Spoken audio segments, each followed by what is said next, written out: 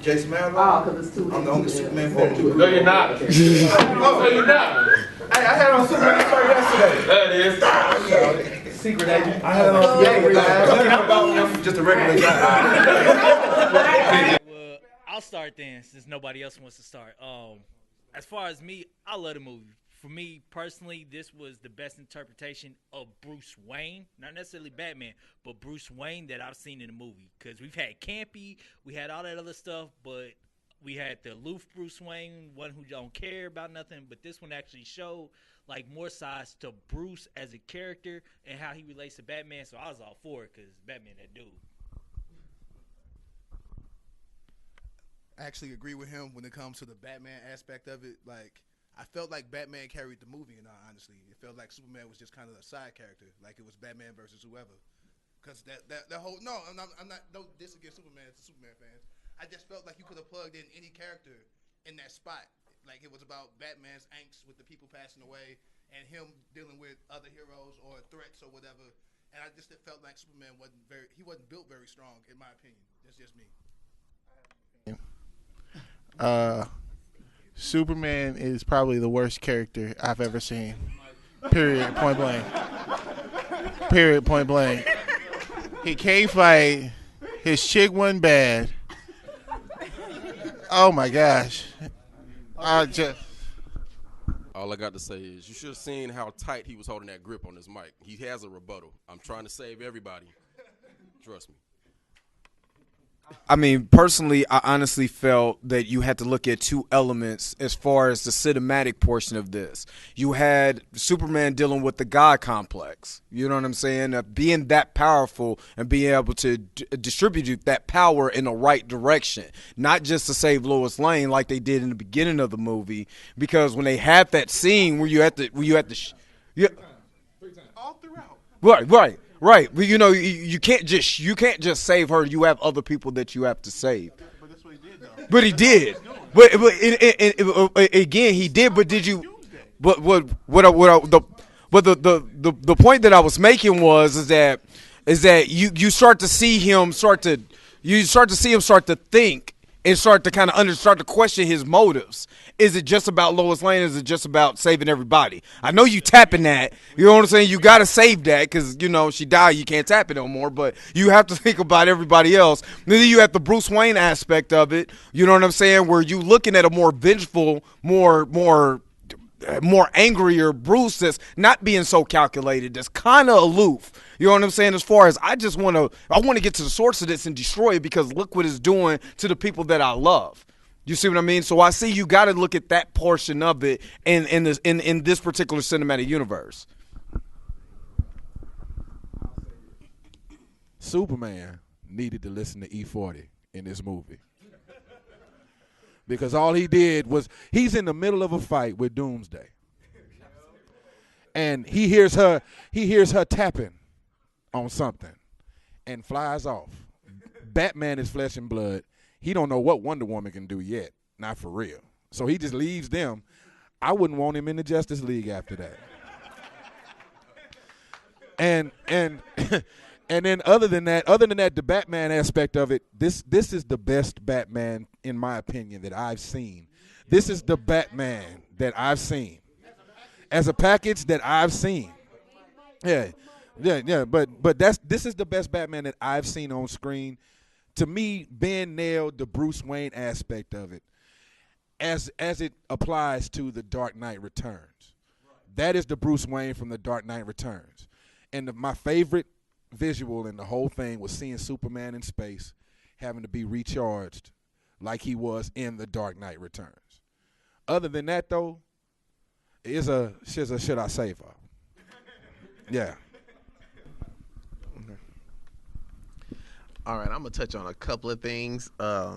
First off, I laughed out loud every time they mentioned that somewhere was abandoned.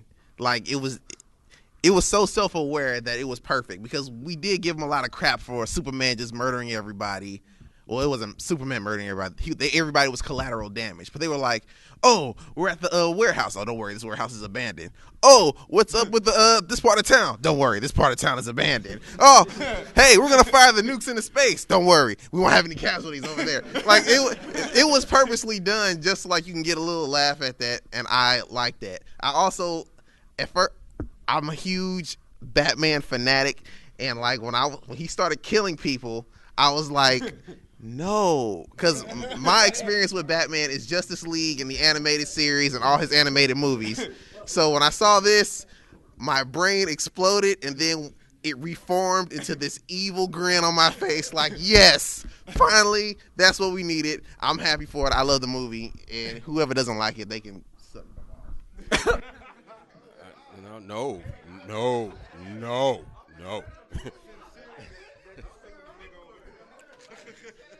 Okay. The only thing that I could say negative about it that I picked up on was the fact that Lex Luthor knows who Batman is. That pissed me off to no end. I was like, how in the world? Nobody's supposed to know who he is. That's the point. Right. And he still had his.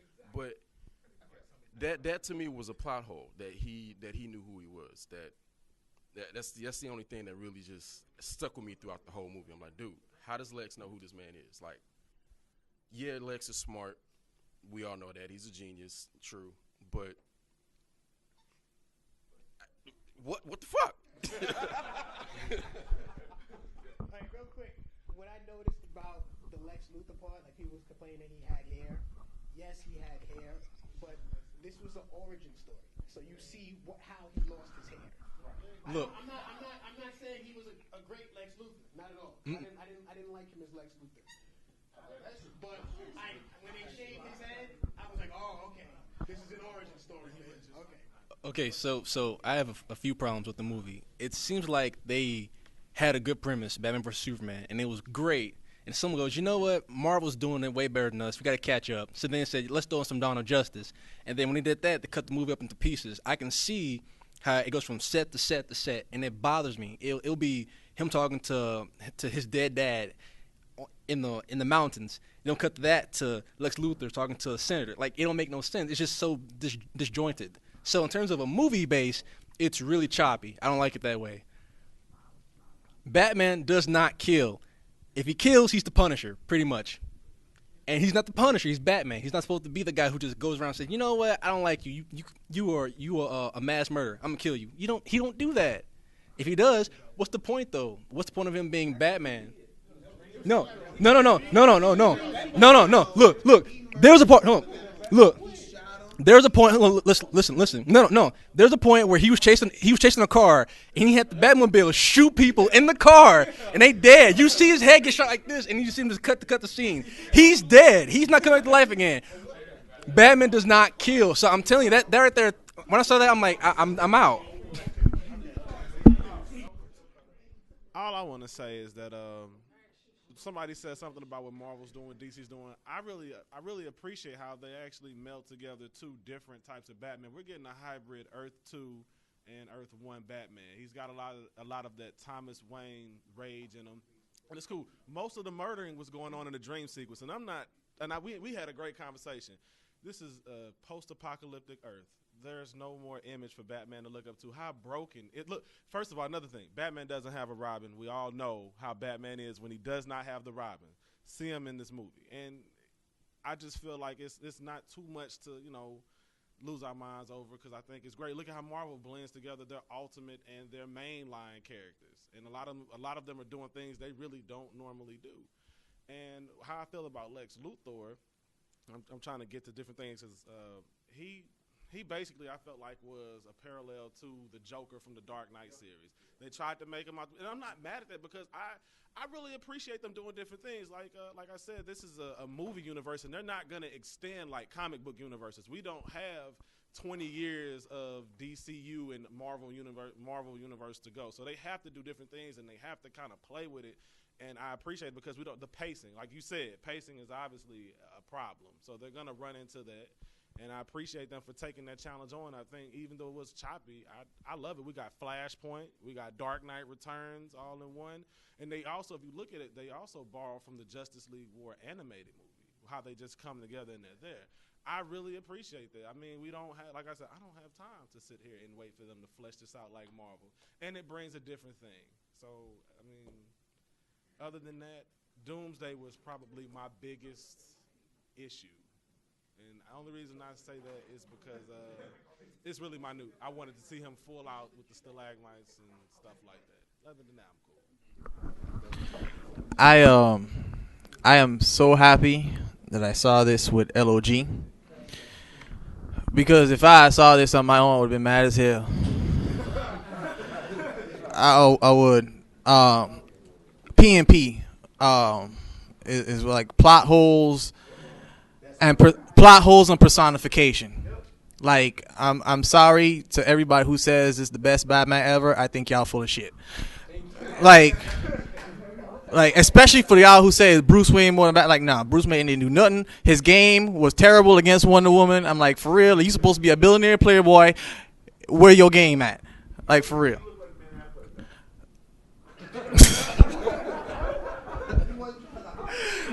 Weak. But like personification. Lex Luthor, please. Like, I love Jesse Eisenberg. I think he would be a great villain. I love him to death. But the personification of Lex Luthor was weak. It was pitiful. It was pathetic. It sucked donkey dick. Then I'm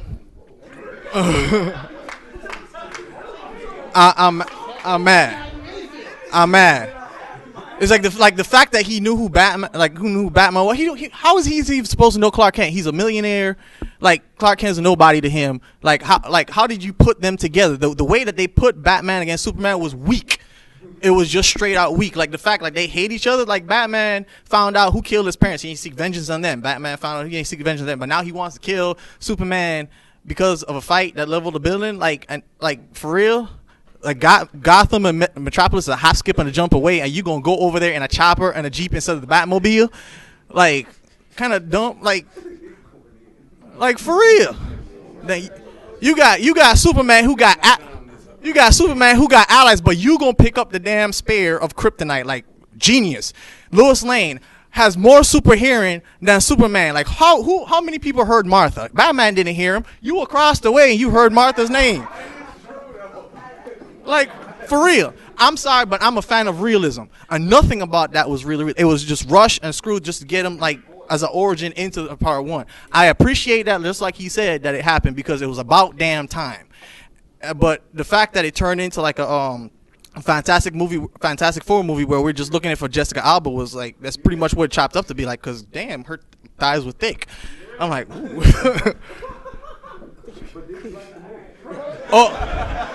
I'm gonna treat it like Spider-Man. Overall, it was a good movie for what it was given. I do like Ben Affleck as Batman for what he was given. I think every actor did a great job, even Lex Luthor. I think the right.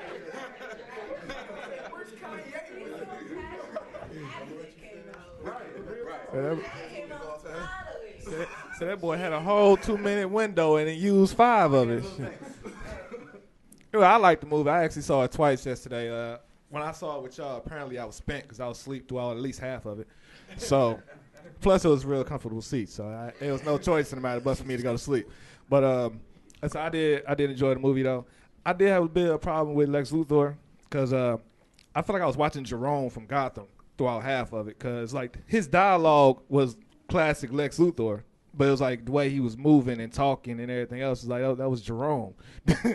Like I feel like he's about to get thrown off a cliff eventually. But and also like how he knew everybody's identities and he still had hair. Like he don't find that stuff out till at least later in life or another time frame. So it's like for him to have hair and know everything about all these metahumans on the earth, it was backwards for me.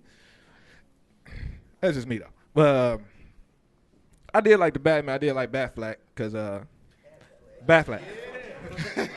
I like Batfleck. When he was Bruce Wayne. Well, when he was Bruce Wayne. I'm starting to mess up my words. When he was Bruce Wayne, he was to me, he was a little more calmer when he was in public, but whenever he went into this little place of solitude, it was like everything inside him was like, I gotta kill this guy.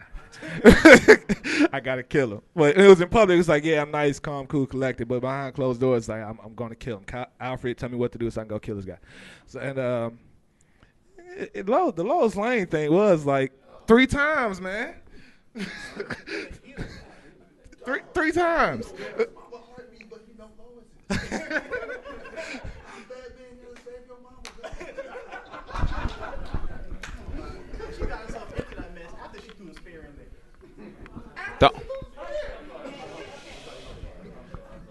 The only thing about Lex Luthor that I disagree with is the fact that we're talking about an old Batman and 20 years of Superman supposedly being on Earth, and we're starting an origin story with Lex Luthor as not even a full-grown adult. Like, it don't even seem like he got pubic hairs yet, for real. To be honest, like, I mean, I like this dialogue, but I think his origin story just came a little too late. As far as the beginning of the movie, I think trying to develop 3 stories at the same time did make it seem like it was rushed. Like, they could have developed it a little better. I mean, they still could have done it, but I think they did it like it was just too choppy. It was definitely too choppy. I don't think Bruce Wayne was. I don't think Ben Affleck was a good Bruce Wayne, but he was a great Batman. I do think he was probably the best Batman that we've had. I don't think he kills. He just let people die.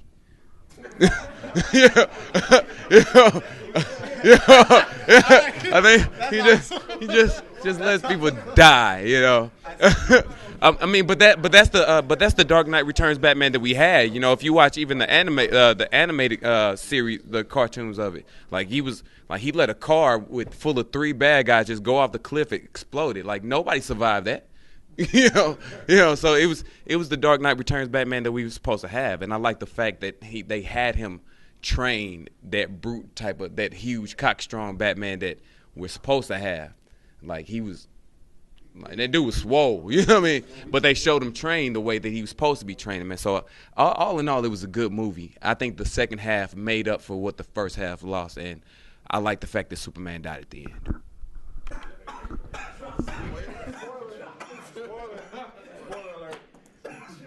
Right. So, couple of things. Did y'all see it? Everyone touched on it already. The whole movie was forced. Like, logically, some shit just really shouldn't have happened like it did. Far as, well, first, how the hell did Lois know to get the spear? Why the hell she doing it? No, okay, but they're in the middle of fighting. Batman's like, I gotta go get the spear. Then Lois dives in the water and gets the spear. She's nowhere near the fucking fight. How did she know to get the spear? That's the first thing that caught my attention. Is how the hell did she know to get the spear? That's just that whole save blood 3 times. I'm speaking late, so y'all touched on a lot of shit I wanted to say already. You got notes. I know I did, because Notes for the you're well. So, hey, now look at that. We got that too. So everyone's harping on how Batman don't kill people, and he was killing people in the movie with them guys in that car. They didn't survive. They're dead. Exactly. But if you go back and you watch Michael Keaton's Batman, he stuck dynamite down the guy's pants. Okay. That motherfucker dead too. He's dead too. Why is this falls off the thing and it is dead? Yeah. No, like Bob. Bruce, Batman been killing people for a while. I mean, like, cinematically, he stuck dynamite. I mean, like, TNT, like a clock with fucking sticks of dynamite down the guy's pants, walked off. So, No. He smiled, then walked off. He made that creepy smile, did that? Yeah, exactly. Let's see what else. Wonder Woman. She was amazing. I feel like she didn't get. I feel like, and it could have been while I was sitting, I really couldn't see what the hell was going on a lot of the time. We were like, here. With it. We was up there. But I feel like she didn't get utilized enough. She had like her one spill where she's like fighting and stuff, but she I'm hoping the extended version has more in it, but there wasn't enough action for the fight scenes to me. And the fight scenes that were there, and all the altercations seemed forced. Lex knew who Clark was, who Bruce was, and pit them against each other. Superman went there to talk. Batman didn't want to talk. Understandably, we've had this conversation. I know you're gonna talk this shit. You're gonna talk. I got you. And that honestly could have been avoided. Wait, hold on. After Mike, that's gonna be the last comment because we gotta start heading out, and I know y'all want some food. His food is at 1:30 and it's already 1. So go ahead, Mike. I thoroughly enjoyed the movie, but reiterating on Murder Batman here, if you guys have ever seen College Humor, they have a whole skit on Batman. This is Batman. He doesn't kill, but this is all accident. They're just sleeping. Let's be real here. What are those right there? The spikes. What do they do? When you run the metal spike across the throat, what happened? They go to sleep. But no, I once again thoroughly enjoyed the movie. But literally my favorite part of the movie was when he turned around and seen the Jason Todd Robin suit, because that automatically sets up for my favorite character, Nightwing, because boom, Nightwing, Jason Todd, he exists. This is real, people.